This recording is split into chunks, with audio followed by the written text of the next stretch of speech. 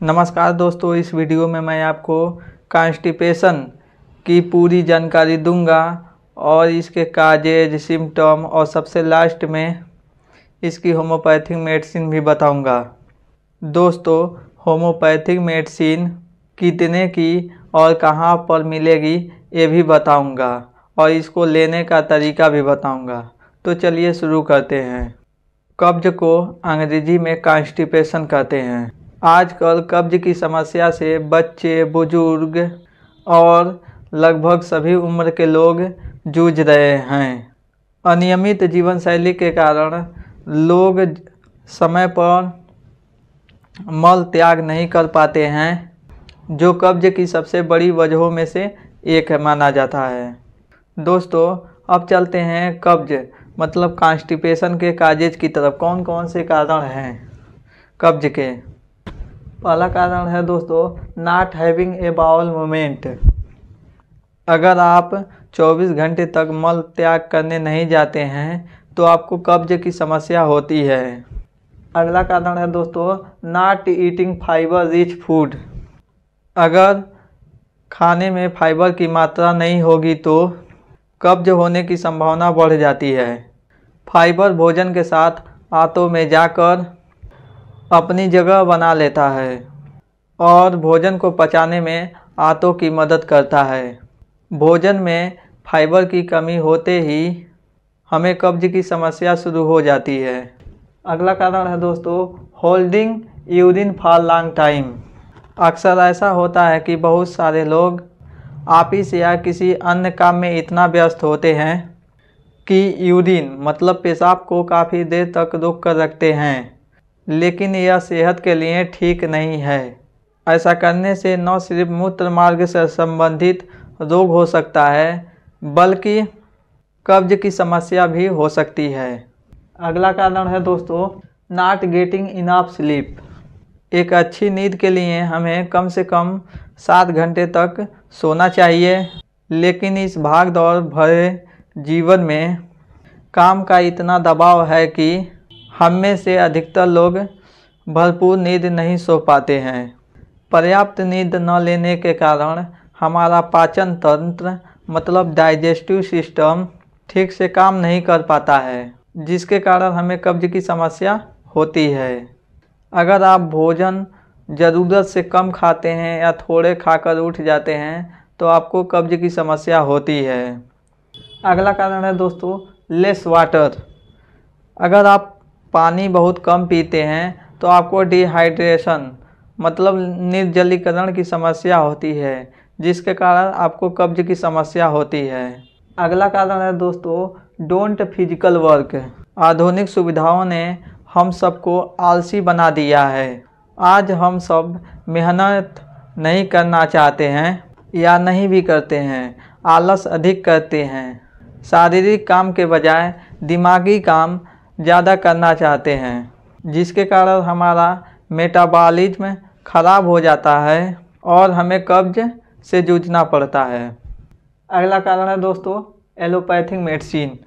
बहुत सारे लोग होते हैं जो थोड़ा सा सर दर्द हुआ, थोड़ा सा बदन दर्द हुआ, जाकर पेन किलर ले लेते हैं और ऐसा हमेशा करते हैं, हफ्ते में 2 बार 4 बार। ऐसा हमेशा करने से आपको कब्ज की समस्या होती है। अगला कारण है दोस्तों, ईटिंग विदाउट हंगर। अगर हम बार बार बिना भूख के ज़बरदस्ती खाना खाते हैं और भूख से ज़्यादा खाते हैं तो हमें कब्ज की समस्या होती है। अगला कारण है दोस्तों, ईटिंग विदाउट च्यूइंग फूड।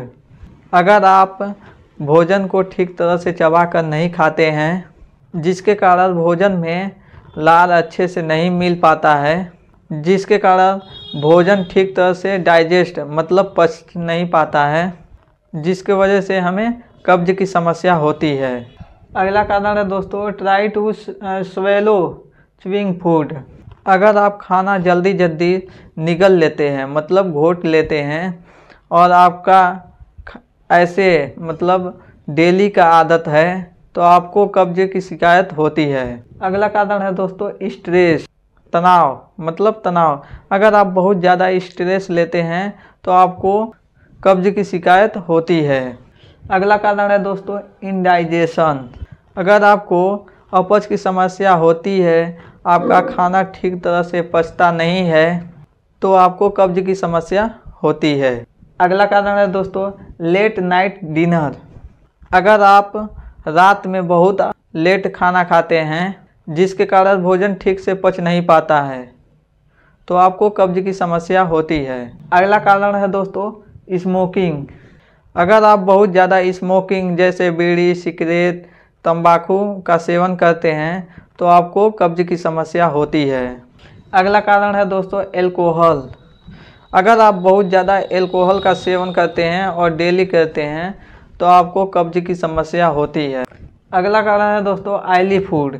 अगर आप बहुत ज़्यादा तली भुनी मिर्च मसाले वाले भोजन खाते हैं, फास्ट फूड खाते हैं, पास्ता खाते हैं, चाउमीन खाते हैं, ऐसे पेप्सी पीते हैं, तो आपको कब्ज की समस्या होती है। अगला कारण है दोस्तों lack of calcium and potassium. अगर आपके शरीर में कैल्शियम और पोटेशियम की मात्रा नॉर्मल से कम है तो आपको कब्ज की समस्या होती है। अगला कारण है दोस्तों लॉन्गर टू डाइजेस्ट फूड।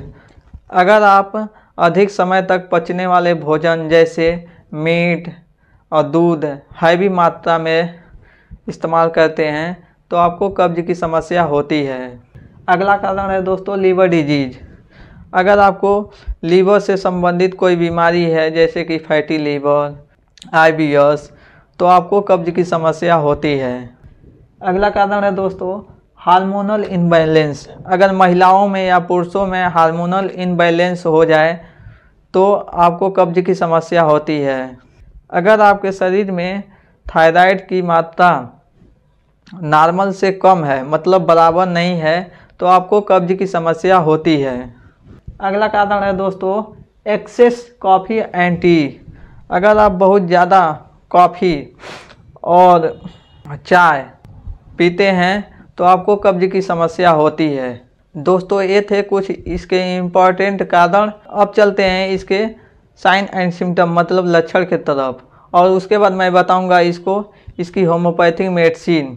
दोस्तों होम्योपैथिक मेडिसिन अगर आप 10 से 15 दिन तक लेते हैं तो 60 to 70% आपको आराम मिलने लगता है।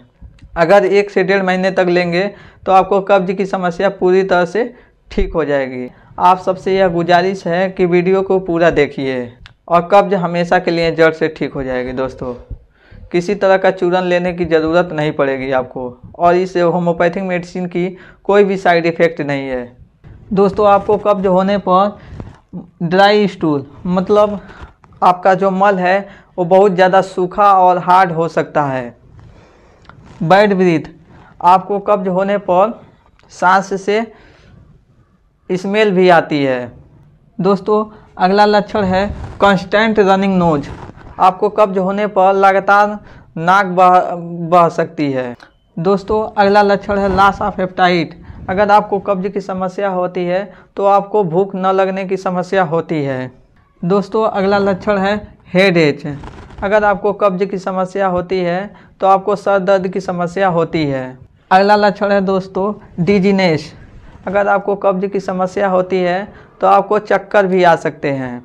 अगला लक्षण है दोस्तों नौजिया मतलब उल्टी। अगर आपको कब्ज की समस्या होती है तो आपको उल्टी भी आ सकती है, उल्टी करने का मन भी कर सकता है। अगला लक्षण है दोस्तों पिंपल्स। अगर आपको कब्ज की समस्या होती है तो आपके फेस पर पिंपल्स या शरीर पर पिंपल्स आ सकते हैं।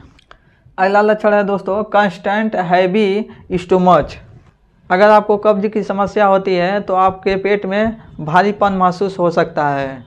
अगला लक्षण है दोस्तों इंडाइजेशन। अगर आपको कब्ज की समस्या होती है तो आपको इंडाइजेशन की समस्या हो सकती है। आपका खाना ठीक तरह से पचता नहीं है, आपको खाना खाने का मन नहीं सही से करता है, आपको भूख कम लगती है। अगला लक्षण है दोस्तों गैस। अगर आपको कब्ज की समस्या होती है तो आपको गैस बहुत ज़्यादा बनती है। अगला लक्षण है दोस्तों बर्निंग सेंसेशन इन आई। अगर आपको कब्ज की समस्या होती है तो आपके आँखों में हल्का हल्का जलन महसूस हो सकता है। अगला लक्षण है दोस्तों फीलिंग वीकनेस। अगर आपको हमेशा कब्ज रहती है तो आपको कमजोरी महसूस कर सकते हैं। अगला लक्षण है दोस्तों स्टोमक क्रैम्प्स। अगर आपको लंबे समय तक कब्ज रहती है तो आपको आपके पेट में मरोड़ जैसा मालूम पड़ता है, पेट में गुड़गुड़ाहट होती है। अगला लक्षण है दोस्तों वाइटन टंग और मडी टंग। अगर आपको कब्ज की समस्या होती है तो आपके जो जीभ हैं वो सफ़ेद और मटमैले दिखने को मिलते हैं। अगला लक्षण है दोस्तों अल्सर इन माउथ। अगर आपको कब्ज की समस्या होती है और बार बार होती है तो आपके मुंह में छाले पड़ सकते हैं। दोस्तों अगला लक्षण है हॉट बर्न। अगर आपको लंबे समय से या 1 हफ्ते से या 2 हफ्ते से कब्ज की समस्या होती है तो आपके सीने और पेट में जलन महसूस हो सकती है। अगला लक्षण है दोस्तों आउंड and swelling in the intestine. अगर आपको कब्ज की समस्या होती है तो आपके आंत में घाव और सूजन महसूस हो सकती है। दोस्तों अब चलते हैं इसके मतलब घरेलू उपाय की तरफ और क्या करना चाहिए। उसके बाद मैं बताऊंगा इसका होम्योपैथिक मेडिसिन, सबसे लास्ट में होम्योपैथिक मेडिसिन बताऊंगा जो आपको कब्ज की समस्या पूरी तरह से ठीक कर देगी। अगर आपको कब्ज की समस्या होती है तो आप नींबू पानी का इस्तेमाल कर सकते हैं। उस इस्तेमाल करने की तरीका मैं बता दूं। दोस्तों पहला उपाय आपको ये करना है नींबू पानी का उपयोग। पानी को अच्छे से उबाल कर जब आप पानी गुनगुना रह जाए तो उसमें एक नींबू काट कर डालें और स्वादानुसार उसमें नमक मिलाकर जब गुनगुना हो जाए तो उसको सुबह शाम पीना चाहिए। इसको पीने से कब्ज में राहत मिलती है। दोस्तों अगला उपाय है पपीता। अगर आप डेली पपीता खाली पेट खाते हैं तो आपका डाइजेशन जो है वो मजबूत होगा और साथ ही साथ कब्ज की समस्या भी दूर होगी। अगला उपाय है दोस्तों अमरूद। अगर आपको कब्ज की समस्या होती है, आपका डाइजेशन कमज़ोर है, वीक है, तो आपको अमरूद का सेवन करना चाहिए। दोस्तों अब चलते हैं होम्योपैथिक मेडिसिन की तरफ। कौन कौन सी होम्योपैथिक मेडिसिन बहुत ही इफ़ेक्टिव मेडिसिन है कब्ज को ठीक करने के लिए। और हाँ दोस्तों, अगर आपने अभी तक मेरे यूट्यूब चैनल को सब्सक्राइब नहीं किया है तो सब्सक्राइब जरूर कीजिएगा और वीडियो पसंद आया है तो लाइक ज़रूर कीजिएगा। मैं इसी तरह से होम्योपैथिक मेडिसिन रिलेटेड इसी रिलेटेड वीडियो लाता रहता हूँ। तो सबसे पहली और सबसे इफेक्टिव मेडिसिन है Hydrastis mother tincture. Hydrastis mother tincture की पिक्चर आपको साइड में दिख ही रही है। अगर आपको कब्ज के साथ साथ आपका पेट अंदर की तरफ धंसता सा मालूम पड़े तो हाइड्रेस्टिस मदर टिंचर 20 बूंद आधे कप पानी में दिन में 3 बार लेना है। दूसरी मेडिसिन है दोस्तों नक्स वोमिका 200। नक्स वोमिका 200 की पिक्चर आपको साइड में दिख ही रही है। इसका लक्षण है दोस्तों जब टट्टी बार बार जाना पड़े लेकिन हर बार थोड़ी स्टूल आए, संतुष्टि न मिले, पेट पूरा साफ न हो, दोबारा जाना पड़े, रोगी जो है वो फिजिकल वर्क न के बराबर करे जिसके कारण उसे कब्ज की समस्या होती है तो नक्स वोमिका 200 2 बूंद शाम को 1 बार डेली लेना है डायरेक्टली टंग में। दोस्तों अगली मेडिसिन है ब्रायोनिया 200। ब्रायोनिया 200 की पिक्चर, ब्रायोनिया अल्बा 200 की पिक्चर आपको साइड में दिख ही रही है। अगर इंटेस्टाइन मतलब आंतें ठीक से काम नहीं करती हों जिसके कारण स्टूल हार्ड और सूखापन मतलब ड्राईपन निकलता हो जिसके कारण उन्हें कब्ज की समस्या होती है तो ब्रायोनिया अल्बा 200 2 बूंद सुबह सुबह लेना चाहिए। दोस्तों एक बार फिर बता दूं, हाइड्रेस्टिस मदर टिंचर 20 बूंद आधे कप पानी में दिन में 3 बार लेना है। नक्स वोमिका 200 2 बूंद शाम को लेना है और ब्रायोनिया अल्बा 200 2 बूंद सुबह सुबह लेना है। दोस्तों अगर ये तीनों मेडिसिन अगर आप एक साथ 15 दिन तक मेडिसिन लेते हैं तो आपको कब्ज की समस्या 60 to 70% में आराम मिलने लगेगा।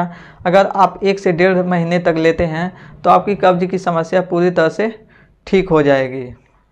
दोस्तों मैंने बताया था प्राइस बताने के लिए, मैंने इस वीडियो में पहले ही कहा था प्राइस कितने की है। बहुत सारे लोग पूछते हैं कितने प्राइस की पड़ेगी। तो हाइड्रेस्टिस मदर टिंचर लगभग 400 रुपये की आती है और नक्सबोमिका और ब्रायोनिया लगभग 100 रुपया की आएगी। सभी मेडिसिन सील पैक लीजिएगा और होम्योपैथिक शॉप से लीजिएगा या ऑनलाइन भी ले सकते हैं। 30 ml में लीजिएगा। दोस्तों आज की इस वीडियो में फ़िलहाल इतना ही, फिर मिलते हैं नेक्स्ट वीडियो में। अगर वीडियो पसंद आई हो तो लाइक और सब्सक्राइब जरूर कीजिएगा। मैं इसी तरह से homeopathic medicine related, disease related video लाता रहता हूँ।